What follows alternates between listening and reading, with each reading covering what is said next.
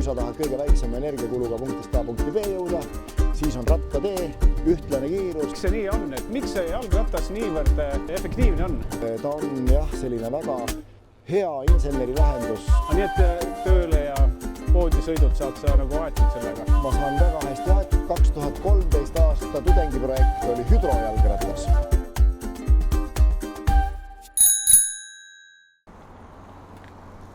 Tere Toivo!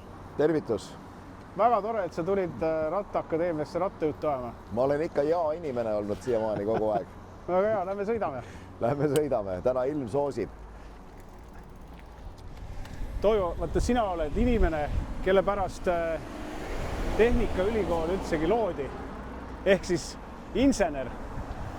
Ja ma olen nagu väga põnevil, et sinuga rääkida sellest, et kuidas üks insener vaatab ratast ja rattaga sõitmist. Aga enne võib-olla räägid, mis tööd sa teed siin ülikoolis? Jaa, hea meelega. Ehk et viimase hetke saavutus on, et olen jõudnud siis positsioonile tootearenduse robootika programmijuht, mida siis nagu on lubatud teha pool aega ja teine pool aega on lubatud olla õppejõud ja seal siis puutun kokku just eelkõige magistriõppe tudengitega, kes on juba nagu valmis spetsialistid ja kellega on lausa lust koostööd teha. Nii et õppejõud ja programmijuht. Aga mis puutub inseneeriasse, siis ma saan lisada lihtsalt veel kohe algatuseks, et ma olen nagu teist põlve insener ka, et mul isa oli ka insener. Aga tema valdkond oli raadioside ja mina olen siis mehaanikainsener. Mis sorti probleemidega sa kokku puutud oma töös? Jõudsin sinu teksti alla öelda ka sõna tootearendus, mis iseenesest on niisugune äge valdkond, mis ei sea piire valdkonnale, ei sea piire teemadele. Lähme vist siit vasakule. Siit vasakule, jah. Kas sa oled oma töös jalgratastega ka kokku puutunud? Täitsa juhuslikult isegi olen ja üsna isegi mitmel tasandil. Et hakkame kõige vanemast võib-olla siis peale, ongi seesama juba mainitud esivanem mul, kes on küll lahkunud juba. Ma olen ees, jah. Tema oli kõva jalgratta leiutaja ja tema kõige väljapaistvam jalgratas, millega ma olen ise sõitnud ka väga edukalt, on siis nagu kaheveoline jalgratas, ehk et veab tagaratas ja veab ka esiratas. Ja lahendus oli tehtud väga lihtsalt. Esimese ratta käitas siis läbi paindvõlli trimmeri mootor ja tagarattaid väntas inimene ise. Ratas on siiamaani alles ja mul on õnnestunud mingil vanasõidukite näitusel sellega läbida rahulikult ka 5 kilomeetrit. Edasi läheb siis ajatelge pidi, mõtlen vist 2013 aasta tudengiprojekt oli hüdrojalgratas, kus oli siis 3 ratast, tagumised rattad juhtivad või juhtisid. Mitte nii nagu tavaline jalgratast esiratas, vaid see kombaini tehnoloogia, et tagumised rattad pööravad. Ja väntamine isteasendis nagu sellises lavamistoolis üsna mugav läbi hüdropumba, hüdrovoolikute siis hüdromootorisse, mis on ratta küljes, esiratta küljes. Ja seal on väga hästi siis tunda, et miks tänapäeva jalgratastel ei kasutata hüdrolahendust ülekandeks. Ehk et see kasutegur oli seal nii-öelda, ma arvan, 20% kehvem kui kettülekandel. Ja täpselt selline tunne, nagu sõidaks kogu aeg vastu mäge ja vastu tuult. Aga see oli su enda selline challenge või oli keegi pani sellise ülesande ette teile? Meil on õppeaine magistriõppes. Toona ta oli tootmisseadmete projekteerimine, nüüd on ta nime muutunud juba.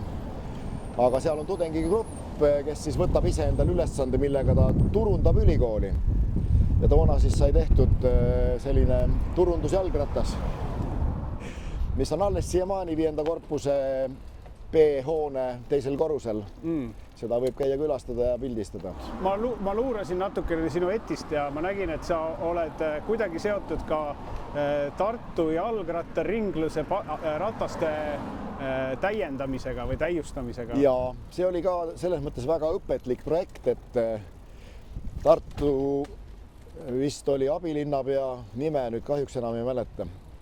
Pöördus ja ütles, et rattad lagunevad nagu liiga tihti ja samast kohast kogu aeg. Ehk et kas on tegemist rattatehnoloogilise praagiga või nii-öelda projekteerimisveaga või on siis ikkagi oht selles, et sõidetakse 2-3-kesi.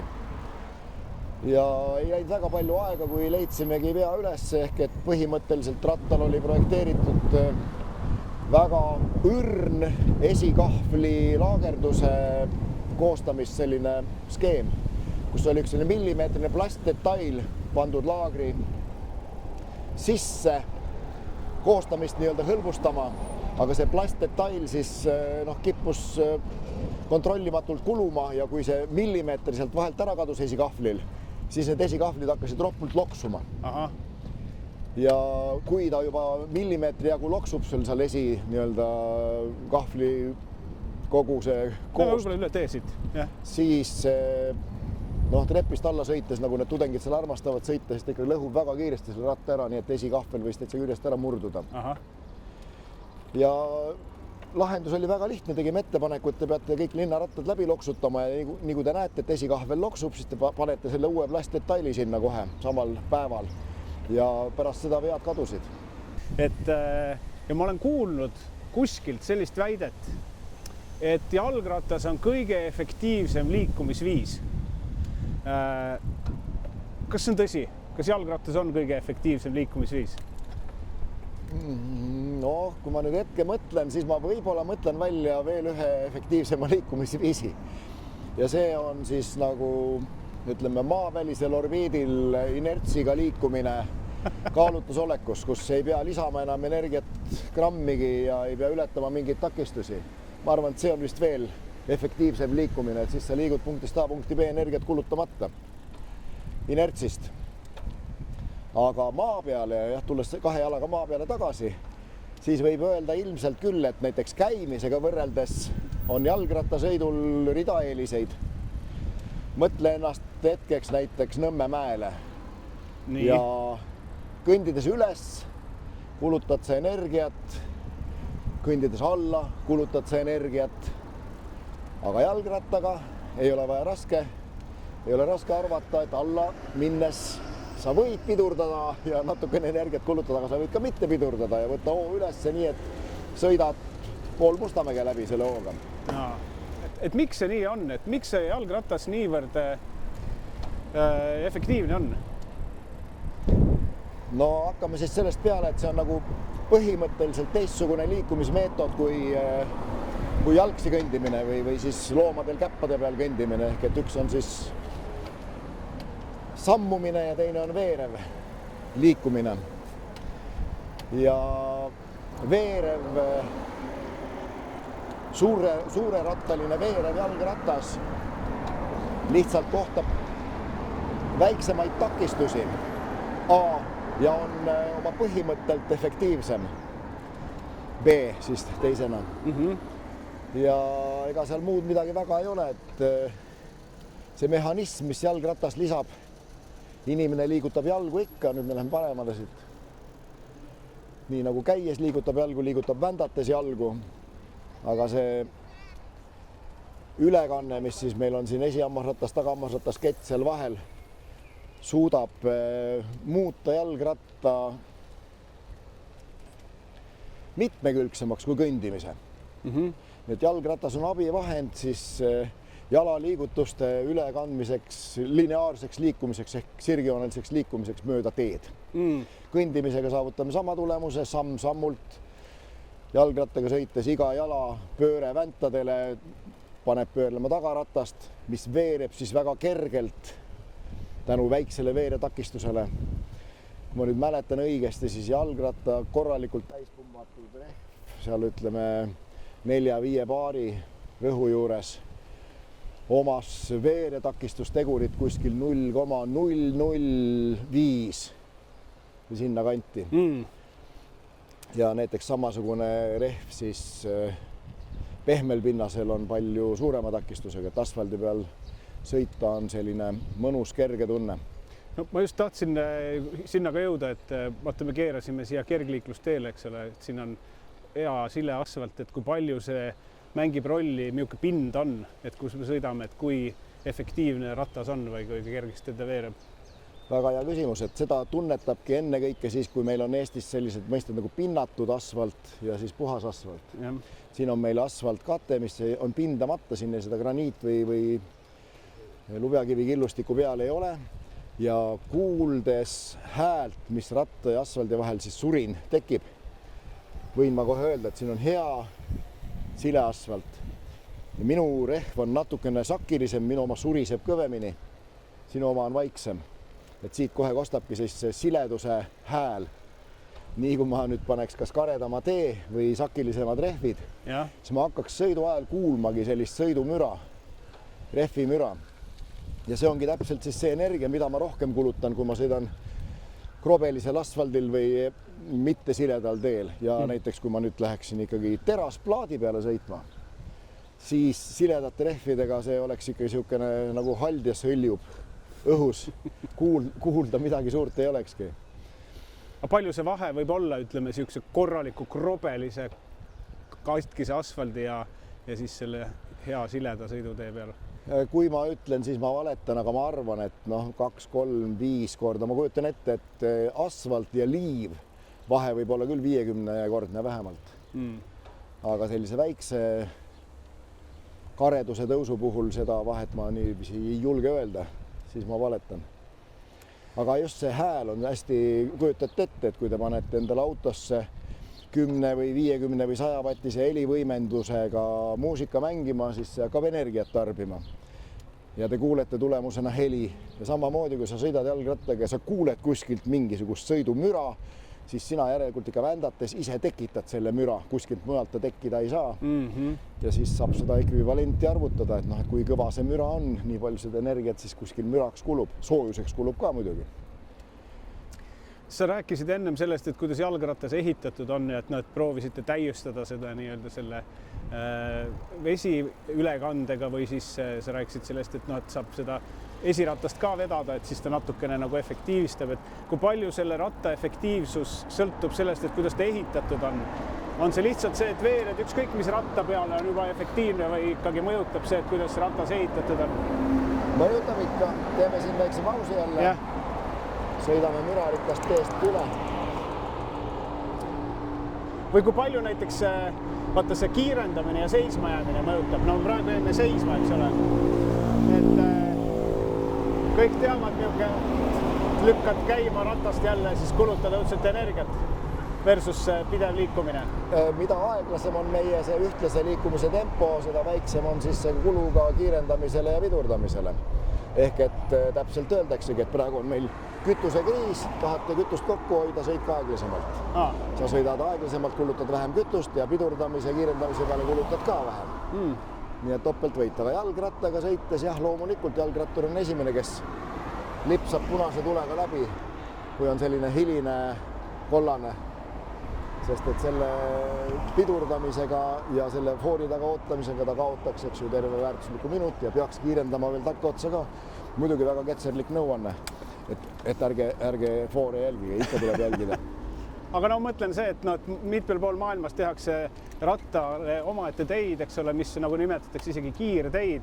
Ja see kuidagi nagu võib mõne inimese väga üllatust tekitada või imelikkust, et mis pagana kiirtee rattale, et ratas ei ole ju mingisugune rakett, eks ole, või auto, et tal on vaja kiirteed, aga et selle loogika järgi ikkagi, et mida sujuvamat sõitu saad teha,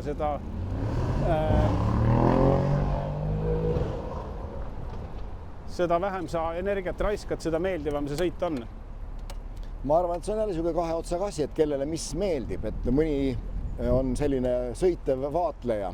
Tema hea meelega jääb vahepeal seisma, kulutab selleks ka energiat, et saab ringi vaadata. Ma kogen isegi praegu, eks ju, et mis me teeme kahte asja korraga. Me sõidame rattaga ja me arutleme siin teemade üle. Ja kui nüüd keegi pärast küsiks, et mis siin vasakul ja mis siin paremal oli, siis ma ei oskaks kirjeldada, sest et ma kogu oma tähelepanu panen nendele kahele tegevusele, mida ma praegu olen sunnitud tegema. Ja kui mu eesmärk on punktist A punkti B jõuda, siis selle ma täidan. Aga kui mu eesmärk oleks hiljem kirjeldada, mida ma tee ääres nägin, siis seda ma enam ei suudaks. Nii et ma arvan, et see peatumise ja kiirendamise või siis non-stop sõidu tegelik nagu siis iva sõltubki sellest, mis su jalgrattasõidu eesmärk on. Kui sa tahad sporti teha, siis sa võid ju pidurdada ka ja kiirendada ka, sporti teed sa igal juhul. kui sa tahad kõige väiksema energiakuluga punktist A punkti B jõuda, siis on rattatee, ühtlane kiirus, mitte ühtegi segajat, kõige parem lahendus. Nagu kõikide muude liiklusvahenditega täpselt samamoodi. Jah, ja nagu kõikide muude tegevustega ka, et sa peadki nagu otsustama, mis sinu tegevuse eesmärk on ja siis sellele nagu keskenduma. Aga kuule, Toivo, see on hea üleminek siit, et mis see ratas sinu jaoks tähendab, et miks sa rattaga sõidad? Neid põhjuseid on kindlasti palju, aga ma arvan, et kõige suurem ongi niisugune harjumuse jõud. Ma olen harjunud nautima rattasõitu, mis on mitu tegevust ühes, väga hea ajakasutus. Kui ma tahan jõuda punktist A punkti B, siis sageli rattaga jõuab kõige kiiremini. Kui ma tahan teha seda ka veel tervislikult, siis rattaga sõit suure tõenäosusega on tervislik. Ma siiamaani ei ole vigastanud ennast rattaga sõites kordagi. Tõi täpselt. Aga olen kõrvalt näinud, kuidas vigastatakse. Mida veel võiks lisada? Ma arvan, et ratas on üks kõige töökindlam liikumisvahend ka, et iga inimene suudab põhimõtteliselt sellise baastaseme korrashoidu ise tagada. Ma saan tast aru. Ma näen, kui hakkab katki minema, pluss ta hoiatab mind piisavalt ette. Ei ole sellist varianti, et hoobilt mingi tuli süttib ja ratas enam ei ole kasutamiskõlblik. Ei, sellist asja pole. Kui kett katkeb, okei, siis ka on ratas veel pool kasutatav. Ta toimib jooksuratta põhimõtteliselt edasi. Lasen sadula madalamaks ja lükkan jalgadega hoogu. Et ta on jah, selline väga hea inseneri lahendus lihtsateks transporditegevusteks. Ma just mõtlesin, et kui palju sina mõtled sellele rattasõidule või mõtestad seda nagu sellisest inseneri vaatenurgast, et või noh, aga ma ei arva, et insenerid on teistmoodi inimesed nagu teised, aga lihtsalt, et sa ikkagi hindad seda, mis sa just ette lugesid. Ja tegelikult võib-olla üllatuslikult isegi on see asi natuke äraspidine, ehk et olles insener, võib-olla ma sõidan julgemalt ka vahest mitte super heade ratastega ja mitte väga korras tehnikaga, ehk et ma tean, et see mind teele ei jäta, ma tean, et selle asja parandamine maksaks ebamõistlikult palju, aga ta sõidab praegu ka. Kui me nüüd praegu hakkaks kõvasti sõtkuma, siis ma arvan, et minu rattakett ragiseks rohkem kui sinu oma. Sest et ma tean, et ta on veninud ja ma tean juba 5 aastat, ma võiks teda olla vahetanud. Aga ma ei ole lihtsalt seda teinud, sellepärast, et ma tean, et ta sõidab 15 aastat veel ja ragiseb. Nii et sellised igapäevased tööle ja poodisõidud saad sa nagu aetud sellega? Ma saan väga hästi aetud, pluss siin on üks väike siukene boonus, et kui kellegil on, ma olen kuulnud rattahindu ka 18 000 ja 14 000 eurot, siis tema ei saa jätta seda poe ette niiviisi rattaparklasse lihtsalt, et seal on nagu lukk küljes ja see on nagu moe pärast tõmmatud sinna raami külge kinni. Mina saan, sest minu rattas maksab 100 € ja siia ei ole pennigi sisse laotud ei hooldust, ei remonti, välja arvatud see oma keti helitamised iga kevad ja väike siukene timmimine, et käiguvahetus töötaks.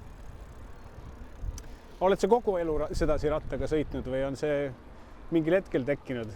No jah, kogu elu ei ole 3-aastasest saadik, ütleme niiviisi, 55 aastat. Julgelt ja alates siis tõukerattad ja lasterattad. Esimene korralik ratas oli siis Skolnik, siuke väike poisteratas. See jäi väikseks, sellest me tegimegi õega endale siis nii-öelda jooksuratta, millega me sõitsime nii, et seal oli väike puri peal ja püüdsime siis Aasperest Taljalasse sõita. Ja ühe korra isegi õnnestus 5 kilomeetrit läbida, nii et kordagi ei pannud jalgu maha, vaid tuul meid lükkas. Siis tuli Ereliukas, siis tuli Sputnik ja siis tuli Start Chassee kitsaste rehvidega, millega ma olen korra sõitnud ka Rakverest Tallinnasse. Ja praeguse rattaga ma olen teinud ühe rattaretke, kuidas elad Hiiumaa kunagi ammu kaasa. Palju see oli, 6 aastat tagasi äkki.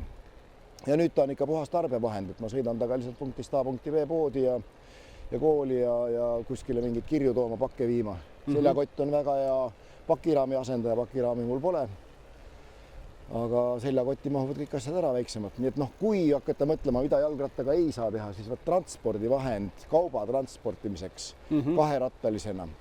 Jalgratas ei ole hea. Mul on omal üks kogemus, kus ma üritasin 2 kotti tsementi mootorrattaga Rakverest tuua Aasperesse, siis tagajärjeks oli lõhkenud rehv ja probleemiks oli see, et vaat ei jaksa hargi peale tõmmata ratast, kus on 2 kotti tsementi peal. Ja siis ma nutsin küll tee ääres selle. lõpuks paningi külili. Mul on plaanis teha üks eraldi osa kastiratastest, sest et ma olen ajaloost lugenud, et esimese Eesti Vabariigi ajal tehti Eestis kastirattaid ja need olid populaarsed selliste väikeste äripidajate või poodnike hulgas, sest see oli sihuke odav ja suhteliselt ligipääsetava nagu gabariitidega selline transpordivahend. Et noh, äkki sealt ka midagi siis selgub selles dimensioonis. Aga vaata, sa rääkisid sellest, kuidas sina ja su esivanemad on üritanud ratast täiendada, tootearendust teha. No praegu on nagu selgelt näha, et üks sihuke väga juba levinud tootearendus on see elektriratas, et pannakse mootor peale rattale. Et kuidas sa nagu efektiivsuse seisukohast seda hindad, et kas see teeb ratast veel efektiivsemaks või tegelikult ta nagu nii-öelda suurendab mingit muud aspekti, mugavust või kiirust või midagi muud, aga vähendab seda efektiivsust? Kui jalgratas on kondiauru mootoriga käitades tõesti kõige parema efektiivsusega, siis nüüd mootoriga varustatud jalgrattal hakkab olema seal samas suurusjärgus, kus vändataval jalgrattal lihtsalt nüüd veelgi enam võib-olla tootja ja kvaliteedi nüansse, mis mängivad. Ehk et kui sul on väga hea koostamiskvaliteediga headest komponentidest kokku pandud elektriratas, siis ta võib olla efektiivsem kui tavaline väntav jalgratas. Aga natukenegi midagi siis eksides või üledimensioneerides, et on liiga raske aku, liiga suur mootor, kiirendab küll hästi, aga efektiivsuse osas me kaotame. Nii et see hakkab olema siis selline piiri peal mäng. Aga kindlasti, kus kohas nüüd see mootor on kasulik, ongi just need samad siis, kui mul on vaja vedu vedada või 3- või 4-rattaline vändatav transpordivahend. Seal ta tekitab sellise tunde, nagu sa sõidaksid tavalise rattaga, ehk ta võimendab sul seda sinu väntamise tööd just pärasti nii palju, kui sa tahad ja sa ise tunned, kui palju sa siis juurde keerad elektri pealt. Ja see tekitab sul sellised, saan päev otsa mõnusalt sõita kerge ja hea kvaliteetse rattaga. Tegelikult sa veadki võib-olla mingit koormat ja see ratas on sul keskmisest suurem ja ka suurema siis veeretakistusega, sest tal on 3 ratast näiteks, tal on suuremad rehvid, laiemad ja ta on ise raskem. See esitab siis nagu kõrgemad nõudmised ka mingitele komponentidele, et sul peavad olema suurem kiirus, peavad olema paremad pidurid näiteks, elementaarne, eks ole. Näiteks pidurid, näiteks siis ka kogu see veermiku osa, et ta peab olema dimensioneeritud ehk siis arvutatud suurematele jõududele. Siis sellest samast rattamassist sõltubki veeretakistus, ehk veeretakistus ongi siis nii-öelda kaal korda koefitsient. Ja kui kaalu või massi tõsta, siis on veeremine natukene raskem jälle. Et siis seda peabki ületama selle elektrijõul, et oleks sama mugav sõita. Õhutakistus on suurem, kui on selline veokas, kastikas. Et me ikkagi praegu rattasillas me ei erine käivast inimesest eriti. Huvitav siuke nüanss, mida ma mitte väga ammu sattusin vaatama, et keskmine tänapäeva jalgratas kaalub umbes sama palju kui inimese skelett. Nii et kuskil mõlemad seal 10 kilo piires on ratta kaal või tänavasõidu rattakaal ja siis inimese skelett keskmisel mehel. Aga ma ei tea, kui palju sa oled silma peal hoidnud, et mis need arengud on praegu elektriratastel või üldse rattaarendustel, et mis suunas see liigub? Ma eeldan, et see vist ongi see, mis ikka järgmisena tuleb, et kui tähelepanelik jalakäija näeb, et tõukerattur sõidab kas mööda autost kiiremini teinekord. Et siis võib olla ka, et neid jalgrattaid, kus suhteliselt pikaks maaks on sul energiat kaasas ja sa võid valida, et kas sa sõidad nüüd siis näiteks 100 kilomeetrit keskmise kiirusega 20 kilomeetrit tunnis või linna sees kiirendad ja pidurdad seal 15 kilomeetrisel distantsil nagu torpeedo. Ehk et süstid kiiruse üles ja siis jälle pidurdad kiiruse maha, et ilmselt midagi sellist võib tulla. Praegu ma ei ole veel jalgrattaid selliseid süstimas siin näinud meil linna vahel, tõukerattaid juba kahjuks on. Aga mida see tähendab siis, me oleme siin ju linna planeerimisele, et me oleme siin väga rahulikult inimestest natukene kiiremini sõitnud, kõik mahume ilusti ühe tee peale ära. Et see põhimõtteliselt nagu toob hoopis uue nii-öelda liikumisviisi tänavatele. Ma leian, et siin on üks huvitav paralleel, et kui me vaatame tööstust, siis tööstusrobootikas on tekkinud selline kategooria nagu koostöörobotid. Et robotid, mis võimaldavad inimesel roboti töötsoonis oma tööd teha ja robot teeb seal samas inimese kõrval oma tööd. Et ju siis nii infrastruktuur ehk teed, ristmikud, kogu see korralduslik pool varsti peab ka liikluses minema nii, et see kaudselt nagu robottransport ehk siis mingi elektriline assistent minu jalgrattal või tõukerattal integreeritakse sellesse süsteemi niiviisi, et ta moodustab sellise parema terviku kui praegu. Praegu ikkagi see kiire tõukeratas või kiire elektriline jalgratas ei leia seda oma kohta, kas ta peab sõitma kõnniteel, kas ta võib sõita rattateel või võib sõita siis sõiduteel autode vahel. Et pole nagu seda õiget kohta leidnud ja ei ole seadusandlus ka veel väga hästi järgi tulnud. Aga et ilmselt see on üks selline kõige lihtsam muudatus, mis varsti ära tehakse. Ja siin võib kommentaariks öelda, et näiteks meie väike oma ettevõte või mis väike enam, aga Starship, kes neid robotväikseid kullereid on pikalt siin juba arendanud, põrkub täpselt samade probleemidega, et nende robotite võimekus on sõita üle 10 kilomeetri tunnis juba ammu, aga selleks, et nad võiksid sõita kõnniteel, kus nad praegu sõidavad, peavad nad jälgima liikluseeskirju ja siin üle 6 kilomeetri tunnis sõita ei tohi. Ja tänu sellele efektiivsus kannatab. Väga huvitav. Nii et tegelikult, kui hakata sellest nagu efektiivsuse, inimese ja insenertehnika vahekorrast rääkima, et siis jõuab nagu päris huvitavate tulemusteni, millel on tegelikult nagu laiem mõju kui nii endale, isiklikule, rattavalikule kui ka tegelikult nagu kogu linna planeerimiseni. No jah, ilmselt tundubki nii, et mingi enamuse maitse varsti kujuneb välja või siis toimuvad mingid hargnemised, et tekivad mingi üks koolkond, kes tahabki jalgratta kui transpordivahendiga sõita ja võimalikult vähe häireid tekitada üldliikluses, sest et võib-olla pere teine liige sõidab bussiga või autoga ja nad mõtlevad selle peale, et kuidas see süsteem nagu paremini koos toimima panna. Ja siis on ilmselt vanad mässajad, kes tahavad nii nagu vanasti oli edasi sõita. Et see mingis mõttes see darwinistlik lähenemine ikka, et kõik loodus ise reguleerib omi hoobasid, kehtib siin ka. Aga me lihtsalt ei tea, keda ja kui palju on ja kelle hääl lõpuks siis nagu võitjaks jääb või peale jääb. Ja kuidas nüüd kohalikud tingimused ja suundumused seda mõjutavad. Ja kindlasti ongi ka tootearenduse oma osa siin, et kui juhuslikult tuleb mingi väga hea uus äge toode, mis muudab või muutub ootamatult kõigi lemmikuks, siis ta võib ka kiiresti muuta mingit sellist trendi. Meil on vaikselt jõudnud mereni, nüüd oleks vajavat amfiibratast. Nüüd oleks amfiibratast vaja. Kuule, Toivo, see oli suurepärane vestlus. Aitäh sulle selle vestluse eest. Aitäh sulle. Ma arvan, et siit sai palju huvitavat. Mina küll sain, loodan, et kuulajad ka. No nüüd jälle tähelepanek siis kõigile kuulajatele ka, et tehke faktikontrolli ja kui teil midagi tundus ebausutavat, siis vähemalt 2 allikast tuleb kontrollida ja siis selgub tõde. Ja pange alla kommentaaridesse kirja, aga sulle edu siis ratast paremaks leiutama. Aitäh! Iga kell püüan jälle.